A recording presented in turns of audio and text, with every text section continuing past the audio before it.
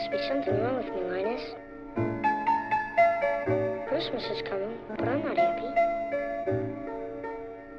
I don't feel the way I'm supposed to feel.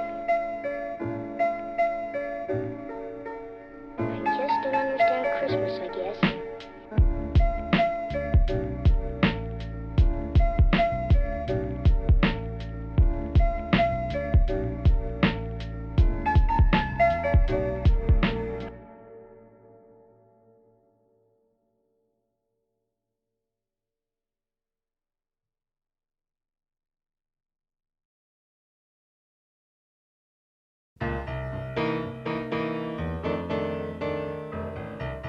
So how is everyone today?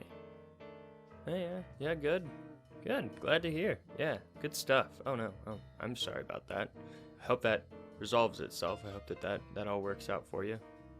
Yeah? Yeah, cool, good, glad to hear. Yeah, we'll have to talk about that later. Yeah, good stuff, glad to hear that. Except for you, I'm sorry to hear about that. Hope that gets worked out. Today I wanted to show you guys something. You see this?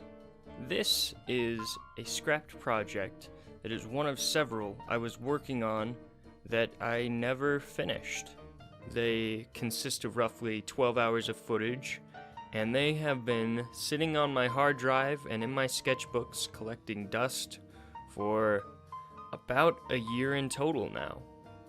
And I can't help but feel a bit ashamed of them. Like, I look at them and all that I feel is, and I'm gonna use a word here, unaccomplishment. And I feel like that's not a very healthy standpoint to take when it comes to my own pieces. Now, this isn't the first time I felt this type of thing. After all, I, like everyone else, have doubts when it comes to making things. Everyone has those feelings that something's not right, or that something could have been done better. But up until recently, this feeling started to hit me more and more as time went along. So much so that I eventually just kind of hit a wall where I couldn't make anything. And it kind of really sucked. Just so that you guys understand kind of where I'm coming from and to put things in perspective for you, I have been making things for a long time. Since about the 6th grade, I would say. Back when I was sculpting my own little figures of Invader Zim characters. All the 7th grade, I was drawing comics and a composition book with some of my friends, which, in retrospect, sometimes they're still pretty funny. Or at least, to me, they still are. I mean, some of it was probably a bit morbid, but still. Like this one is of a bus full of suicidal help patients driving along a cliffside, and one of them's trying to get the rest to lean towards the edge so that the bus will send them plummeting to their deaths. Yeah, man, I don't know, honestly. But the website is still up, so that's cool. I drew in the 8th grade and all the way through high school and beginning of college.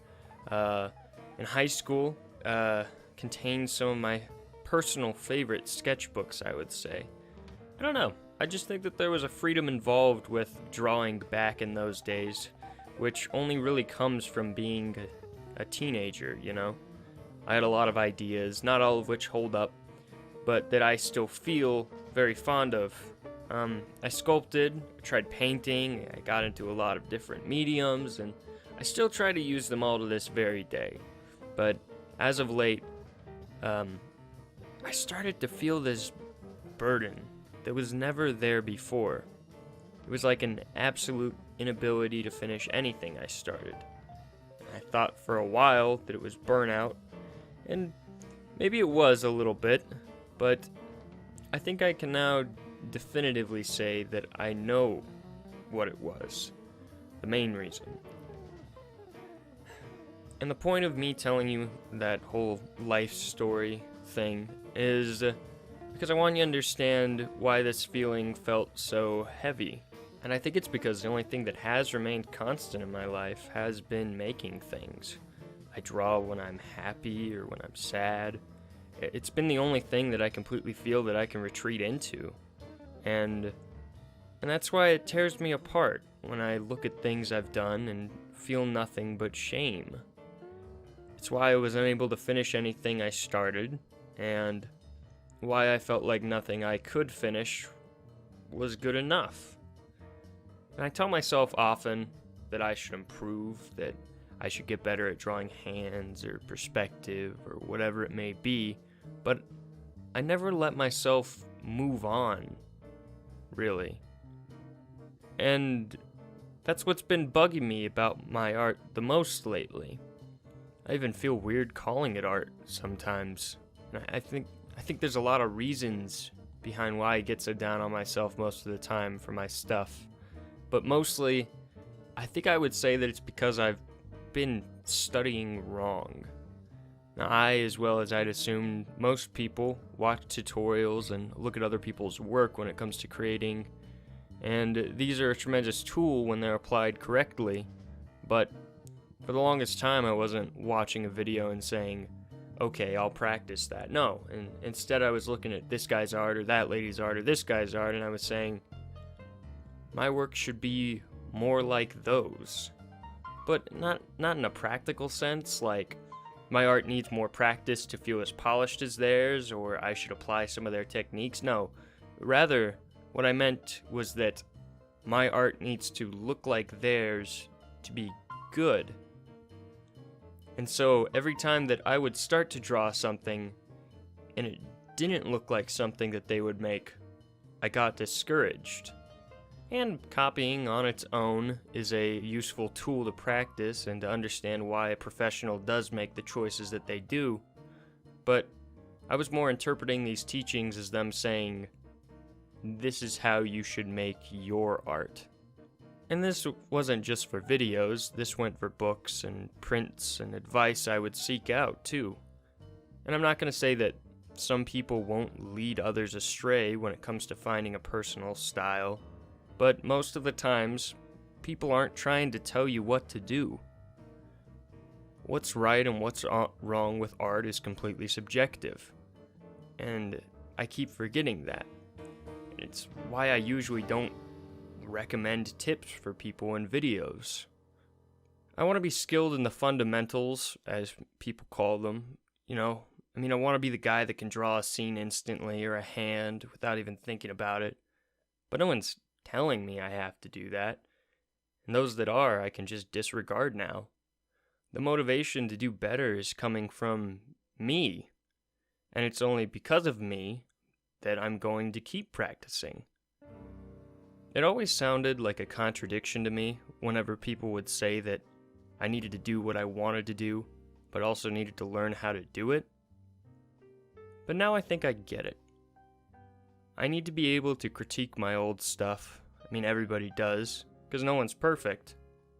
But more importantly, I need to be able to look at my own work and occasionally say, yeah, that one's alright. Going forward with this channel, I want to stop waiting for the perfect idea to strike. No more procrastinating. I can't keep going on just recording hours and hours of footage and never using it because I can never be satisfied.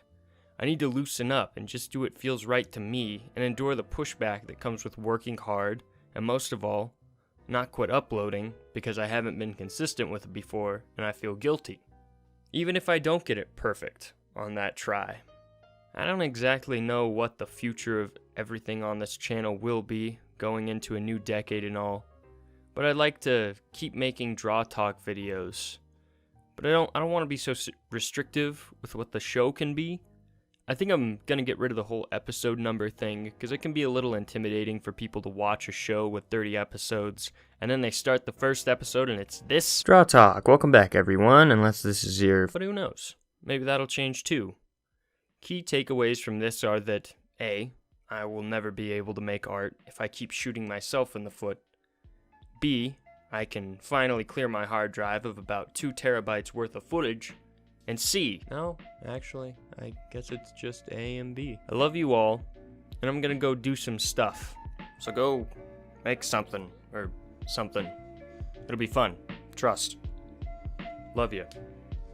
See you guys. Thank you. Till next time. Happy Hanukkah.